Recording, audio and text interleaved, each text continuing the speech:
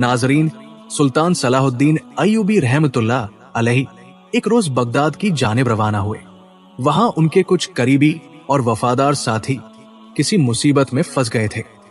हालात इतने नाजुक थे कि सुल्तान ने किसी को भेजने के बजाय खुद बराह रास्त उनकी मदद करने का फैसला किया। बगदाद पहुंचकर सुल्तान ने न सिर्फ उस मामले को हल किया, बल्कि अपने इंसाफ, समझदारी और हिकमत से वहां मौजूद हर शख्स का दिल जीत लिया। जब मामला तय हो गया और सुल्तान बगदाद से अपने महल की जानिब लौटने लगे, तो रास्ते में उनका गुजर एक ऐसे गांव से हुआ जो पूरी तरह हिंदू आबादी पर मुश्तमिल था। उस गांव में बेशुमार हिंदू यानी मुशरिक रहते थे। अगर कोई शख्स किसी मुसलमान को ढूंढना भी चाहता तो बहुत मुश्किल से मिलता। जैसे ही सुल्तान का काफिला उस गांव के करीब पहुंचा, उनके दिल में एक अजीब सी कैफियत पैदा होने लगी, एक अजीब सी घुटन जो बगैर किसी वजह के उनके सीने को जकड़ रही थी। सुल्तान सलाहुद्दीन अय्यूबी रहमतुल्लाह अलैहि ने चारों जानिब निगाहें दौड़ाई। वो हमेशा से ही एक सच्चे मुसलमान रहे थे। उनका एक ही ईमान था, अल्लाह पर मुकम्मल यकीन और मोहम्मद मुस्तफा सल्लल्लाहु अलैहि व आलिहि वसल्लम को आखिरी रसूल और नबी मानना। उनका दिली ख्वाब था कि इस दुनिया में इस्लाम की हुकूमत कायम हो और हर इंसान अल्लाह की बंदगी करे। मगर सुल्तान ये भी जानते थे कि पूरी दुनिया का मुसलमान हो जाना इंसानी तौर पर मुमकिन नहीं। इसके बावजूद उस गांव को देखकर उनके दिल में एक हसरत जाग उठी।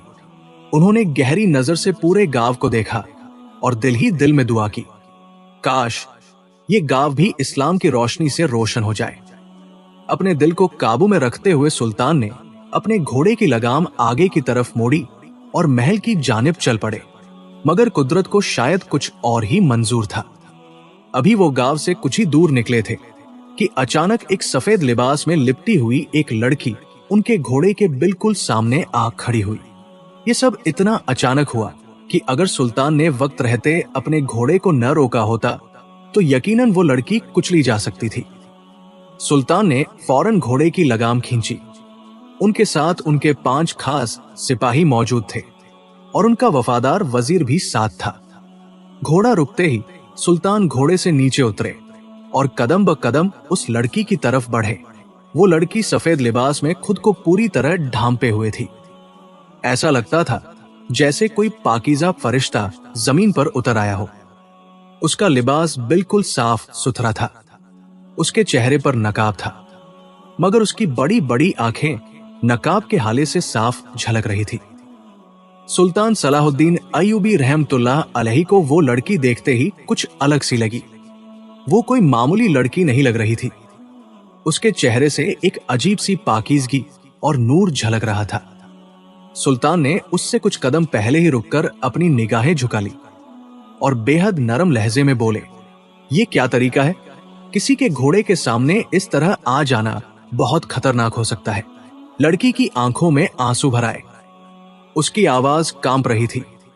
वो भीगी हुई आवाज में बोली, सुल्ताने मोहसिन, मैं बहुत दुखियारी हूं। मेरा इस दुनिया में कोई नहीं बचा। मेरी जिंदगी यहाँ के एक जालिम पंडित ने तबाह कर दी है। उसकी आवाज में ऐसा दर्द छुपा था कि सुल्तान सलाहुद्दीन अय्यूबी रहमतुल्लाह अलैहि बेइख्तियार उसकी तरफ देखने पर मजबूर हो गए। लड़की की आंखों से आंसू छलक रहे थे और उसके नकाब को भिगो रहे थे। सुल्तान के दिल में बेचैनी पैदा हो गई। उन्होंने फौरन पूछा, तुम कौन हो? तुम्हारे साथ क्या हुआ है और किसने तुम्हारे साथ ये जुल्म किया है? हमें सब कुछ साफ साफ बताओ, हम तुम्हें इंसाफ दिलाएंगे। लड़की ने सिर झुकाए हुए जवाब दिया, सुल्तान मुआज्जम, मेरा नाम रुखसार बिनते उस्मान है। मैं अपने माँ बाप की इकलौती औलाद हूं। हम बरसों से इसी गांव में रहते आए हैं। हम लोग पर्देदार हैं और अपने घरों से बाहर कम ही निकलते हैं। वो एक पल के लिए रुकी, फिर टूटे हुए दिल से बोली, मैं सैयदजादी हूं, लेकिन मेरे साथ बहुत बुरा हो चुका है। जैसे ही सुल्तान ने सुना कि वो सैयदजादी है, उनके चेहरे के भाव बदल गए। वो और ज्यादा मुतासिर हो गए। उन्होंने नरमी से कहा, आओ हम कहीं बैठकर इत्मीनान से बात करते हैं। तुम्हें घबराने की कोई जरूरत नहीं। तुम्हारे साथ जो भी हुआ है और जो भी मुजरिम है, यकीन रखो उसे सख्त सजा दी जाएगी। सुल्तान का भरोसे से भरा हुआ लहजा सुनकर रुखसार और ज्यादा रोने लगी। वो सुल्तान के पीछे पीछे चलने लगी। थोड़ी ही दूर पर एक पुराना कुआं था। सुल्तान वहीं जाकर बैठ गए। रुखसार उनसे कुछ फासले पर बैठ गई। सिपाही और वजीर चारों तरफ खड़े होकर उनकी हिफाजत के लिए खड़े हो गए। सुल्तान ने रुखसार की तरफ देखा और इशारे से उसे अपनी बात कहने को कहा। रुखसार ने कांपती हुई आवाज में बोलना शुरू किया। उसकी आंखें जमीन पर जमी हुई थी और उंगलियां आपस में गुथी हुई थी, जैसे वो खुद को संभालने की कोशिश कर रही हो। वो बोली, सुल्ताने मुआज्जम, एक रोज की बात है। सुबह का वक्त था। सूरज अभी ठीक से निकला भी नहीं था कि एक पंडित हमारे घर की दहलीज पर आकर खड़ा हो गया। हम लोग हमेशा से मेहमान का अदब करते आए हैं, चाहे कोई भी हो। अगर वो हमारी दहलीज पर आए तो हम उसे बेइज्जत करके नहीं लौटाते। वो पंडित जोर जोर से रो रहा था। उसकी आवाज में अजीब सी बनावट थी। वो बार बार यही कह रहा था कि उसे मेरे सर के सिर्फ 3 बाल चाहिए, बस 3 बाल। रुखसार की आवाज भर्रा गई। मेरी माँ ने जब ये सुना तो उन्होंने उसे फौरन वापस भेजना चाहा। वो मेरे लिए नाम महरम था। मैं किसी सूरत में भी अपने बाल किसी अजनबी को नहीं दे सकती थी। लेकिन वो पंडित हमारी दहलीज पर गिर गया, हाथ जोड़ जोड़ कर मिन्नतें करने लगा। रुखसार ने गहरी सांस ली।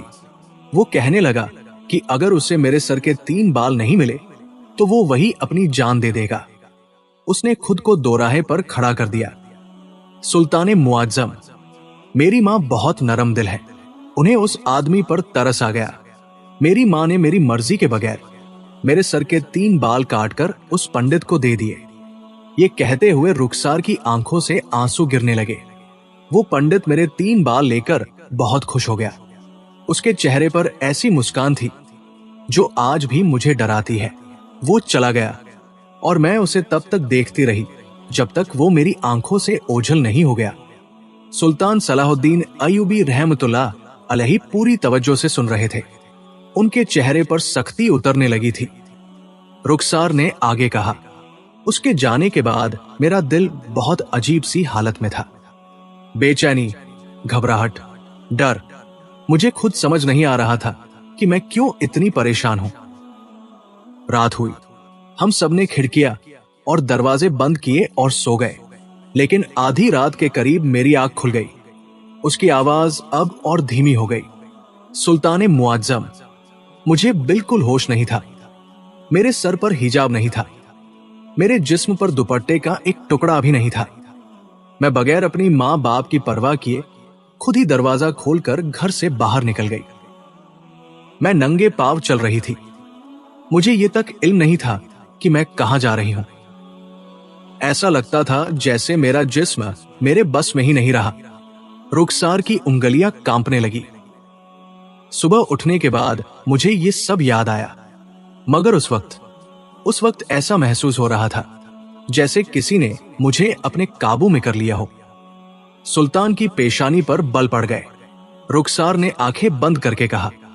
मैं सीधी चलती हुई उसी पंडित के पास पहुंच गई। वहां जाकर मैंने अपना सर उसकी गोद में रख दिया। उसने एक पल के लिए रुक कर कहा। इसके बाद मुझे कुछ याद नहीं कि उस पंडित ने मेरे साथ क्या किया। वो फूट फूट कर रो पड़ी। लेकिन सुल्ताने मुआज्जम, अल्लाह की कसम, मैंने अपनी जिंदगी में कभी कोई ऐसा काम नहीं किया जिससे मेरी मां को तकलीफ पहुंचे या हमारी इज्जत पर आंच जाए। हम सैयद हैं, हम पर्दे का बहुत ख्याल रखते हैं। मैं मर तो सकती थी मगर ऐसा काम नहीं कर सकती थी। उसकी आवाज दर्द से टूट रही थी। मुझे आज भी यकीन नहीं आता कि मैं ये सब कर चुकी हूं। सुल्तान गहरी सोच में डूब चुके थे। रुखसार ने कहा, सुबह के वक्त जब मेरी आंख खुली तो मैं गांव की नदी के किनारे पड़ी हुई थी। मेरे कपड़े अस्त व्यस्त थे।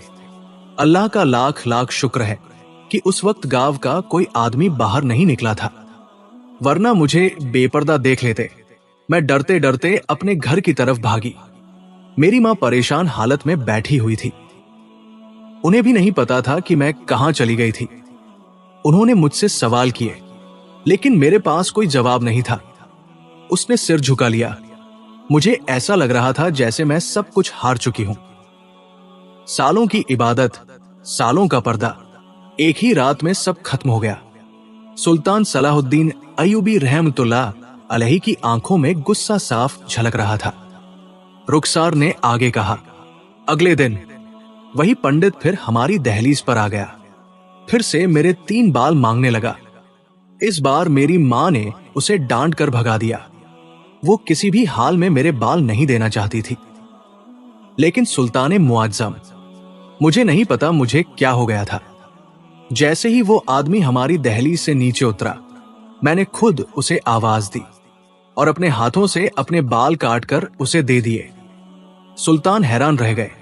मेरी मां मुझे देखती रह गई, क्योंकि उस वक्त मैं अपने होश में नहीं थी। बाल देने के बाद मुझे होश आया, लेकिन उससे पहले फिर वही महसूस हुआ जैसे कोई मुझे अपने काबू में किए हुए हो। रुखसार चुप हो गई। उसकी सिसकियों की आवाज कुएं के पास गूंज रही थी और सुल्तान सलाहुद्दीन अय्यूबी रहमतुल्लाह अलैहि अब ये समझ चुके थे कि मामला सिर्फ जुल्म का नहीं, बल्कि किसी खतरनाक साजिश का है। रुखसार की सिसकियां कुछ देर तक कुएं के पास गूंजती रही। हवा भी जैसे थम गई थी। सुल्तान सलाहुद्दीन अय्यूबी रहमतुल्लाह अलैहि एक लम्हे तक खामोश खड़े रहे। उनका चेहरा अब सिर्फ दर्द नहीं, बल्कि गहरी फिक्र और गुस्से से भर चुका था। उन्होंने भारी आवाज में कहा, रुखसार, अल्लाह गवाह है, जो कुछ तुम्हारे साथ हुआ है वो तुम्हारी गलती नहीं है। अब आगे बताओ, उस दूसरी रात क्या हुआ? रुखसार ने अपनी आस्तीन से आंसू पोंछे और बोली, सुल्तान मुआज्जम, उस दिन के बाद मुझे चैन नहीं आया। हर वक्त दिल धड़कता रहता था। रात होती तो डर और बढ़ जाता। दूसरी रात हालात और भी ज्यादा खौफनाक थे। उसकी आवाज कांप रही थी। हम सबने सोने से पहले दरवाजे बंद किए। मेरी मां ने मुझ पर खास नजर रखी, लेकिन आधी रात के करीब फिर वही हुआ। मेरी आंख खुली। इस बार भी मेरे जिस्म पर काबू मेरा नहीं था। मैं उठी और बिना कुछ सोचे समझे घर से बाहर निकल गई। मेरे कदम खुद ब खुद उसी कुएं की तरफ बढ़ रहे थे। रुखसार ने कुएं की तरफ इशारा किया। सुल्तान मुआज्जम, उस रात कुएं के पास की हालत बहुत डरावनी थी। चारों तरफ अजीब सी बदबू फैली हुई थी। हवा में जैसे कुछ सड़ा हुआ घुला हुआ था। मैं वहां पहुंची तो देखा वही पंडित पहले से मौजूद था। उसने आंखें बंद कर ली। उसके हाथ में एक ताबीज था। वो कुछ मंत्र पढ़ रहा था। उसकी आवाज इंसानी नहीं लग रही थी। उसने मुझे देखते ही कहा, आ गई तू, जैसे हर रात आती है। रुखसार का जिस्म कांप उठा। मैं चाह कर भी एक कदम पीछे नहीं हटा सकी। मेरे पांव जमीन में गड़े हुए थे। उसने मुझे अपने पास बुलाया। मैं रो रही थी, लेकिन मेरी आवाज नहीं निकल रही थी। उस रात उसने फिर मेरे सर के बाल काटे। इस बार 3 नहीं, बल्कि पूरे गुच्छे। सुल्तान की मुट्ठियां भिंच गई। रुखसार बोली। वो हंस रहा था, बहुत खतरनाक हंसी, जैसे उसे यकीन हो गया हो कि अब मैं पूरी तरह उसके काबू में हूं। उसने कहा, अब तू कभी बच नहीं पाएगी। इसके बाद मुझे कुछ याद नहीं। कुछ पल की खामोशी छा गई। फिर रुखसार ने कांपती हुई आवाज में कहा, सुबह जब मेरी आंख खुली तो मैं फिर उसी नदी के किनारे पड़ी हुई थी, लेकिन इस बार मेरे जिस्म में ताकत ही नहीं बची थी। मेरे बाल बिखरे हुए थे, सर में दर्द था और दिल जैसे टूट चुका था। मैं किसी तरह घर पहुंची। मेरी मां ने मुझे देखा तो घबरा गई। उन्होंने मुझे सीने से लगा लिया। मैं कुछ बोल नहीं सकी, बस रोती रही। रुखसार ने सुल्तान की तरफ देखा। सुल्तान मुआज्जम, अब गांव में बातें फैलने लगी थी। लोग कहने लगे थे कि रात के वक्त कुएं के पास कोई साया घूमता है। कुछ लोग बोले वहां जिन्नात का साया है। कुछ बोले काला जादू किया जा रहा है। मेरी मां डर गई थी। उन्होंने कहा कि अगर यह सिलसिला नहीं रुका तो हमारी इज्जत मिट्टी में मिल जाएगी। ये कहते हुए रुखसार की आवाज भर्रा गई। मैंने पहली बार सोचा कि शायद मौत ही अब मेरी आखिरी राहत है। ये सुनते ही सुल्तान सलाहुद्दीन अय्यूबी रहमतुल्लाह अलैहि ने सख्त लहजे में कहा, अस्तगफिरुल्लाह, मौत हल नहीं है। उन्होंने आसमान की तरफ देखा। अल्लाह जुल्म सहने वालों के साथ है। फिर उन्होंने रुखसार से पूछा, क्या उस पंडित के बारे में कोई और भी जानता है, उसका घर या उसके रहने की जगह? रुखसार ने सिर हिलाया। सुल्तान मुआज्जम, वो गांव का रहने वाला नहीं है। वो अक्सर जंगल की तरफ जाता है। लोग कहते हैं कि वो रात के वक्त शमशान के पास देखा गया है। ये सुनते ही सुल्तान की आंखों में एक अलग ही चमक आ गई।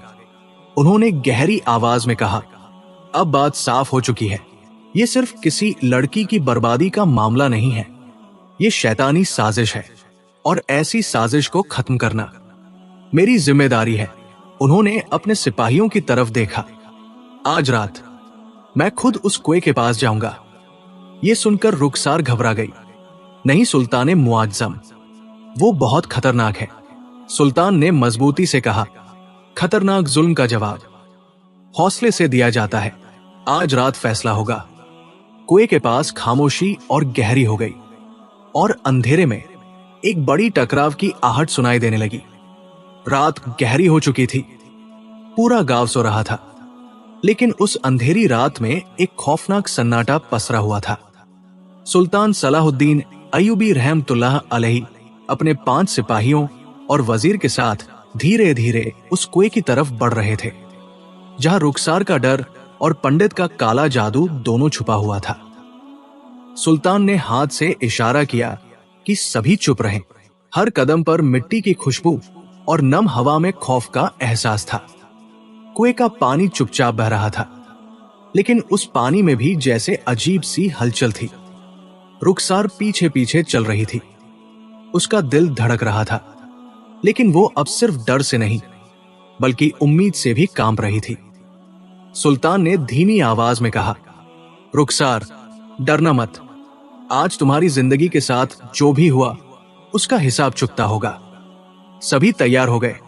सुल्तान ने कुएं के पास खड़े होकर कहा, अब देखो, असली जाल सामने है। और तभी वो पंडित सामने आया। उसकी लाल सुर्ख आंखें रात की अंधेरी छाया में और भी डरावनी लग रही थी। उसके हाथ में वही ताबीज और किताब थी। चारों तरफ जादुई निशान और राख बिखरी हुई थी। सुल्तान ने कदम बढ़ाते हुए कहा, तुम्हारा हर जादू और छल अब खत्म होगा। ये रात तुम्हारी साजिश के खिलाफ है। पंडित ने हंसते हुए कहा, सुल्तान सलाहुद्दीन, तुम क्या कर सकोगे? मैं रात के अंधेरे में ताकतवर हूं। सुल्तान की आंखों में गुस्से की लपटें उभरी। उन्होंने अपनी तलवार खींची और कहा, जो किसी की इज्जत, किसी की जिंदगी से खेलता है, उसका अंजाम यकीनी है। रुखसार, जो अब पास खड़ी थी, अपने हाथों से आंखों को ढककर रो रही थी। वजीर ने उसे धीरे से समझाया, रुखसार, सुल्तान मुआज्जम की मौजूदगी में कुछ भी गलत नहीं होगा। बस पुरसुकून रहो। सुल्तान ने अपने सिपाहियों को इशारा किया। 5 सिपाही चारों तरफ से पंडित को घेरने लगे। पंडित ने अपने ताबीज से मंत्र पढ़ना शुरू किया, लेकिन उसके जादू का असर नहीं हो रहा था। सुल्तान की मौजूदगी और उनकी सच्चाई के सामने पंडित का हर जादू जैसे रुक गया। फिर सुल्तान ने कदम बढ़ाया। तुमने रुखसार और दूसरे मासूमों के साथ जो किया, आज उसकी सजा पाओगे। पंडित घबरा गया। उसकी लाल आंखों में डर का रंग उभर गया। वो भागने लगा, लेकिन सुल्तान के सिपाहियों ने उसे काबू कर लिया। सुल्तान ने अपने तलवार से पंडित के ताबीज और किताब को जमीन पर फेंक दिया। जैसे ही किताब जमीन से लगी, पंडित की सारी जादुई ताकतें खत्म हो गई। वो लड़खड़ाया और चिल्लाया, नहीं, ये कैसे हो सकता है? सुल्तान ने कड़ा लहजा अपनाया, क्योंकि सच्चाई और इंसाफ की ताकत किसी जादू से बड़ी होती है। अब तुम अपनी करतूतों के हिसाब से सजा पाओगे। रुखसार की आंखों में हल्की राहत थी। वो अब महफूज महसूस कर रही थी। सुल्तान ने पंडित को अपने सिपाहियों के हवाले कर दिया और कहा, आज से ये गांव और इसके लोग महफूज हैं। किसी मासूम के साथ फिर कोई जुल्म नहीं होगा। सभी सिपाही और वजीर ने सिर झुकाया। रुखसार ने सुकून की सांस ली। उसकी आवाज में अब डर नहीं बल्कि नई उम्मीद थी। सुल्तान ने उसकी तरफ देखा और कहा, रुखसार बेटी, अब तुम महफूज हो। अल्लाह का शुक्र अदा करो कि उसका इंसाफ आज भी जिंदा है। कुएं के पास खामोशी छा गई। रात का अंधेरा अब डरावना नहीं रहा। सुल्तान की हिम्मत और इंसाफ की ताकत ने अंधेरे को रोशनी में बदल दिया। रात धीरे धीरे खत्म हो रही थी। गांव की हवा में अब सुकून था, लेकिन पंडित का डर अभी भी हवा में था। सुल्तान सलाहुद्दीन अय्यूबी रहमतुल्लाह अलैहि ने हुक्म दिया कि पंडित को गांव के बीच मैदान में लाया जाए। सारा गांव इकट्ठा हो गया। मुसलमान और गैर मुसलमान सभी ने इस वाकये की सच्चाई को जान लिया। सुल्तान ने पंडित को देखा और कहा, तुमने मासूम बच्चों और लड़कियों के साथ जो गुनाह किया उसका हिसाब अब चुकता होगा। तुम अपनी हवस और जादू के लिए आज सजा पाओगे। पंडित ने घबराकर कहा, सुल्तान, मैं फिर कभी ऐसा नहीं करूंगा। लेकिन सुल्तान ने कड़ा लहजा अपनाया, अब तुम्हारा कोई बहाना काम नहीं करेगा। इंसाफ की तलवार हमेशा सच के लिए चलती है। सुल्तान के हुक्म पर सिपाहियों ने पंडित को पकड़ लिया। उनकी तलवारें और हथियार हर तरफ से तैयार थे। गांव वालों की आंखों में डर और इंसाफ की उम्मीद दोनों झलक रहे थे। सुल्तान ने पंडित की तरफ देखा और कहा, तुमने रुखसार और दीगर मासूमों के साथ जो जुल्म किया उसके लिए आज तुम अपनी जिंदगी खोगे। ये न केवल तुम्हारी सजा है बल्कि सबको ये सिखाने के लिए भी है कि किसी की इज्जत और जिंदगी पर कोई हमला नहीं कर सकता। पंडित कांपते हुए बोला, मेहरबानी करके मुझे माफ कर दो, मैं कभी ऐसा नहीं करूंगा। लेकिन सुल्तान ने हुक्म दिया कि जालिम को माफ करना मजलूम के साथ ना इंसाफी है और उसका सर तन से अलग कर दिया। सारा गांव खामोशी से इस इंसाफ को देख रहा था। सुल्तान ने पंडित की मौत के बाद कहा, आज से ये गांव और इसके लोग महफूज हैं। अल्लाह की रहमत और इंसाफ की ताकत हमेशा जिंदा रहेगी। किसी मासूम के साथ कोई ना इंसाफी हरगिज नहीं होगी। रुखसार की आंखों में आंसू थे, लेकिन इस बार ये आंसू डर के नहीं बल्कि राहत और शुक्राने के थे। उसने सुल्तान की तरफ देखा और धीरे से कहा, सुल्तान मुआज्जम, आप सच में इंसाफ के पैगंबर हैं। आपने मेरी जिंदगी और इज्जत बचाई।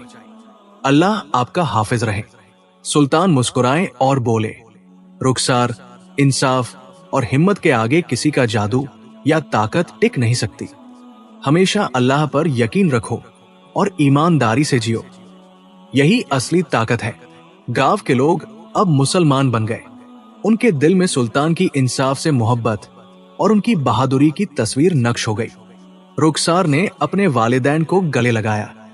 सभी ने महसूस किया कि इंसाफ की जीत हमेशा होती है।